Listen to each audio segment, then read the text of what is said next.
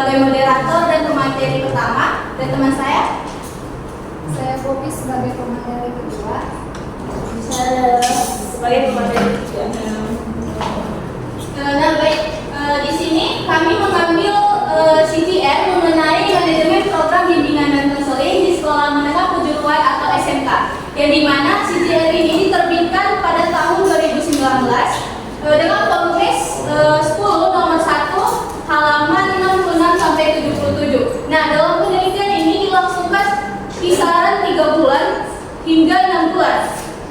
Adapun tujuan dari penelitian ini, tujuan dari penelitian ini yaitu untuk mengidentifikasi kelebihan dan kekurangan dari program layanan bimbingan konseling di sekolah menengah kejuruan atau SMK, sehingga dapat diperbaiki dan dikembangkan ke lebih yang baiknya lagi. Nah, adapun harapan dari tujuan penelitian ini yaitu untuk memberikan rekomendasi ke depannya dalam mengambil keputusan layanan bimbingan konseling yang dimana bisa dilakukan secara efektif dan sesuai dengan kebutuhan siswa. Nah, dari subjek penelitian ini yaitu 3 guru bimbingan konseling di sekolah menengah kejuruan di Jakarta. 3 guru bimbingan konseling ini dipilih dikarenakan telah memiliki pengalaman atau pengetahuan mengenai program layanan bimbingan konseling di sekolah mereka masing-masing. Adapun asesmen data, yang dimana asesmen data ini penelitian ini mengambil dari informasi angket yang diberikan kepada 3 guru bimbingan konseling di sekolah menengah kejuruan di Jakarta, yang dimana angket ini berisi 115 pernyataan mengenai program layanan bimbingan konseling. Selanjutnya itu ada metode penelitian yang akan dijelaskan oleh Popi.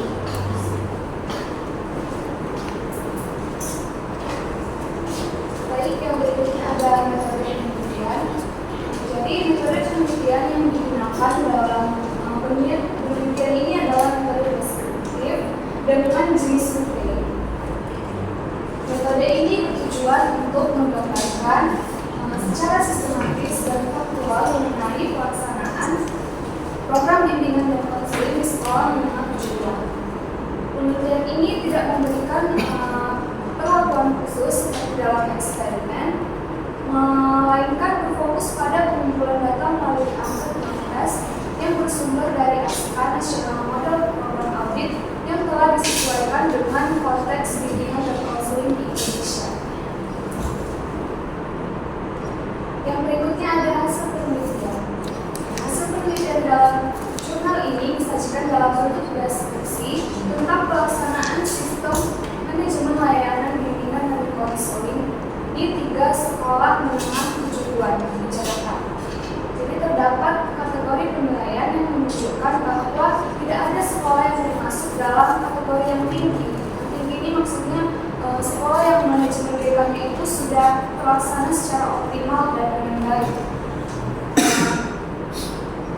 Dengan SMK Muhammadiyah 6 Jakarta berada pada kategori rendah dan SMK Negeri 31 Jakarta serta SMK Budi Mulia Utama pada kategori sedang, dan hasilnya juga mencakup skor presentasi masing-masing setiap sekolah dan analisis kriteria program yang telah dilaksanakan.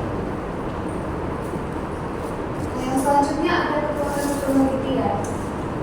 Jadi di dalam jurnal ini ada 2 kekuatan penelitian. Yang pertama menggunakan instrumen standar internasional. Jadi penelitian ini menggunakan ASCA National Model Program Audit yang dikembangkan oleh American School Counselor Association. Ini menunjukkan bahwa instrumen yang dipakai memiliki dasar teori yang kuat dan diakui secara internasional dalam bidang bimbingan dan konseling. Yang kedua, memperlihatkan menjadi satu sekolah. Jadi penelitian dilakukan di 3 sekolah menengah kejuruan berbeda, sehingga hasilnya lebih informatif karena menunjukkan perbedaan implementasi antar sekolah dengan tingkat kategori yang berbeda, yaitu tadi ada rendah dan sedang. Materi selanjutnya akan dijelaskan oleh teman-teman.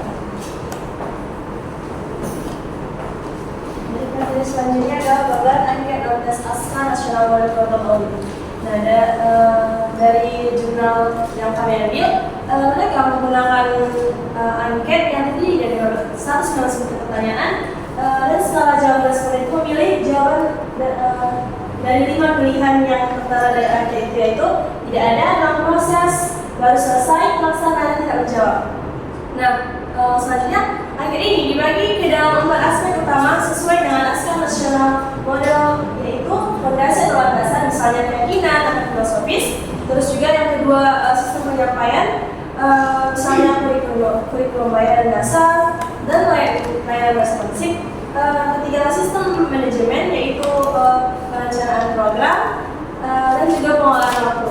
Dan terakhir adalah akuntabilitas, ya, misalnya penggunaan data serta laporan hasil evaluasi. Nah, selanjutnya ada kelemahan penelitian. Nah, dalam kami menemukan kelemahan dari penelitian ini seperti tidak dilakukan triangulasi data. Nah, penelitian ini hanya menggunakan satu jenis instrumen, yaitu angket, tanpa adanya data tambahan seperti wawancara, observasi langsung, serta dokumentasi lainnya, sehingga hasilnya itu kurang mendalam dan tidak cukup menggambarkan kondisi yang terjadi di lapangan. Nah, selanjutnya ada potensi subjektivitas responden. Karena menggunakan angket yang di sistem nilai berbeda, ada kemungkinan jawaban yang diberikan bukan berdasarkan fakta yang sesuai dengan kenyataan, tetapi berdasarkan perasaan dari berbekanya, sehingga ini membuat hasil penelitian itu tidak akurat. Nah, selanjutnya kesimpulan. Program BK komprehensif ideal seharusnya mencakup 4 layanan, 4 komponen utama, yaitu landasan dasar, layanan dasar, layanan responsif, perencanaan individual, dan dukungan sistem. Nah, dalam penerapannya, program ini memerlukan kolaborasi antara guru BK, pimpinan sekolah, kepala sekolah, guru mata pelajaran, serta orang tua dan pihak luar lainnya seperti pendidik sekolah atau dokter. Nah, dukungan manajemen sekolah juga menjadi faktor penting mencakup pembagian tugas yang jelas, waktu, anggaran, dan fasilitas yang memadai. Serta pada kenyataannya, guru di berbagai sekolah-sekolah dan diteliti belum menyusun program secara benar dan terstandar. Masih BK ini masih memiliki beban lain selain dari tugas BK di sekolah, dan juga minimnya dukungan dan pelatihan. Akibatnya pelayanan BK kurang maksimal dan bahkan menimbulkan citra yang negatif di kalangan siswa. Oke, selanjutnya saya serahkan kepada moderator.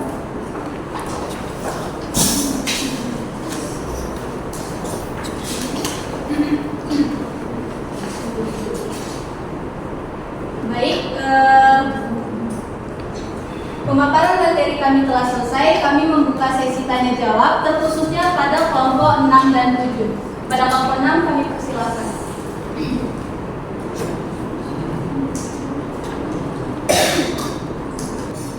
Baik, pada Nurul Hidayah kami persilakan. Baik, saya perkenalkan, nama saya Nurul Hidayah dari kelompok 6, ingin bertanya, bagaimana pengaruh kurangnya dukungan manajemen sekolah terhadap citra layanan bimbingan dan konseling di mata siswa? Terima kasih atas pertanyaannya. Pertanyaannya akan dijawab oleh Poppy.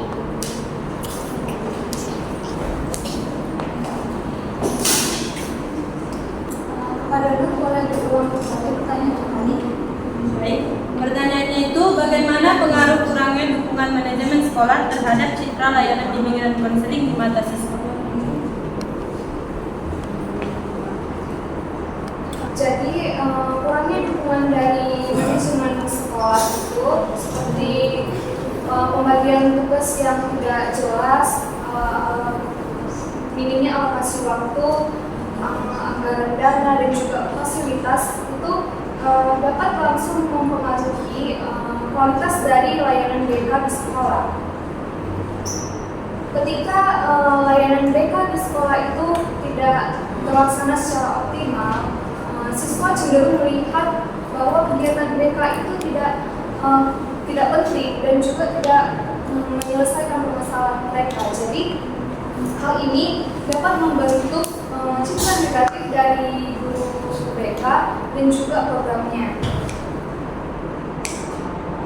sehingga menurunnya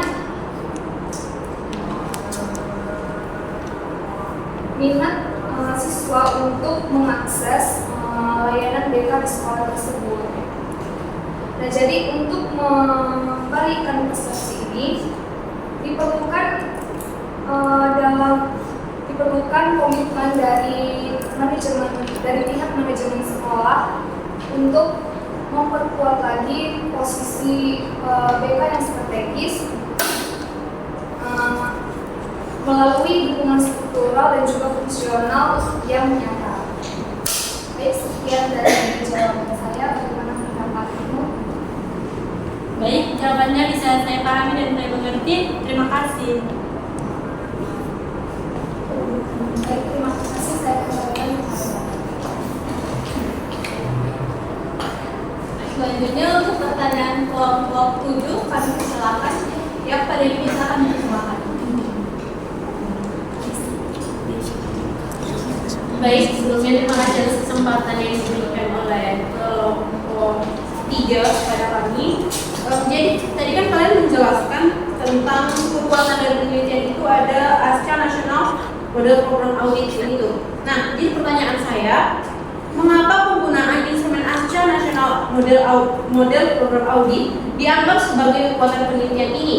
Dan juga, apakah relevansi instrumen tersebut dalam konteks pendidikan di Indonesia? Sekian dan terima kasih. Baik, terima kasih atas pertanyaannya. Pertanyaannya akan dijawab oleh saya sendiri. Tadi pertanyaannya mengapa ASCA ini dijadikan sebagai kelebihan dari penelitian ini. Nah, ASCA ini adalah instrumen ASCA ini sudah terbukti akan kebagusannya dan digunakan secara internasional dalam melakukan penilaian layanan bimbingan dan konseling. Nah, tadi juga menanya bagaimana instrumen ASCA ini apakah cocok apabila digunakan di sekolah-sekolah di Indonesia ini kan? Nah, bisa saja cocok, akan tetapi menurut kami itu menyesuaikan terlebih dahulu dengan sekolah-sekolah di Indonesia ini mengenai bisa jadi dengan fasilitas yang ada di sekolah itu, terus budayanya dan peraturan yang ada di sekolah tersebut. Bagaimana ini kan jawabannya bisa diterima?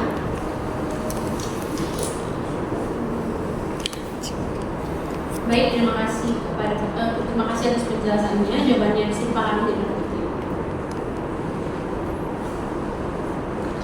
Baik, apakah ada pertanyaan lagi dari kelompok lain?